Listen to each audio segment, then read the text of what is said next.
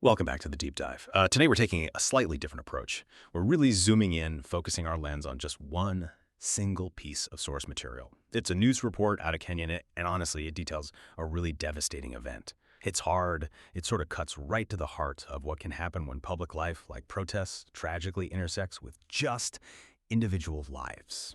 Okay, so let's unpack this. At the core of this deep dive today is the confirmed death of Boniface Mongi Kariuki. His story, it's stark, it's tragic, just a young man who, wasn't looking for trouble but became a casualty in the middle of public protests.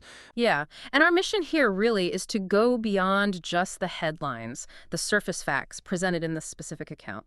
We want to pull out the critical insights. What is this report, the way it's written, the details it includes? Tell us about the bigger picture, the context surrounding it. What does it signal about accountability, about the safety of ordinary people, and importantly, about the responsibilities, maybe even the failures of leadership and governance when things like this happen. Mm-hmm.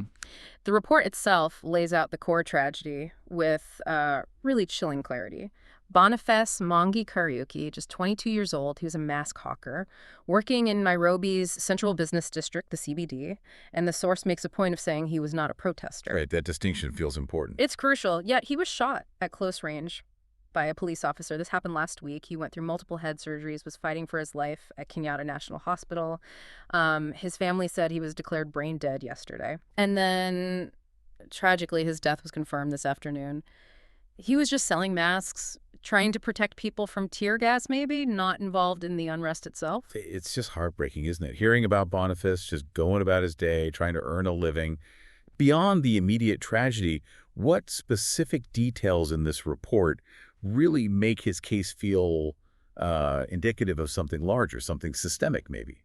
Well, what's particularly harrowing, I think, is the detail about how it happened. The report states very clearly that his shooting was caught on camera. Caught on camera. Yeah. So this isn't just hearsay, right? There's actual documented evidence. And yet, this young man still lost his life. That detail, for me, it doesn't just make it more vivid. It raises these really deep questions about accountability. If there's clear visual evidence, shouldn't that guarantee a different outcome? Right. It makes you wonder, if this can happen when a camera is rolling, what happens when nobody's watching? Exactly. And that's where the report adds this really critical, quite chilling layer. It explicitly calls Boniface's death yet another case of a policeman killing an innocent Kenyan.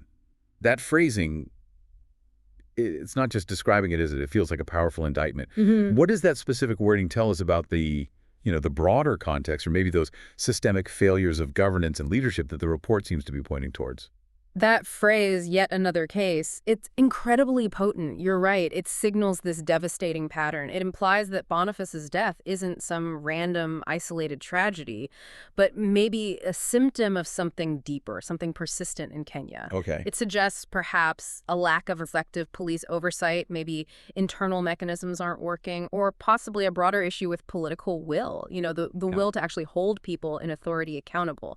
So the report, it's not just delivering news here. It feels like it's critiquing the absence of a system that should prevent these things from happening again and again, especially when there's evidence like camera footage. Oh. And that inevitably points towards leadership, doesn't it?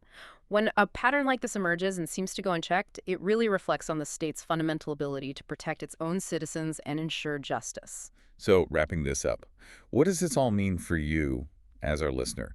This deep dive into Boniface's story, tragically caught on camera, highlighted as yet another case. Mm-hmm. It's obviously about one young man's devastating loss. But it's also maybe an invitation to reflect on the really profound implications when events like this occur. Implications for the responsibilities of those in charge, especially when it comes to keeping people safe during public unrest.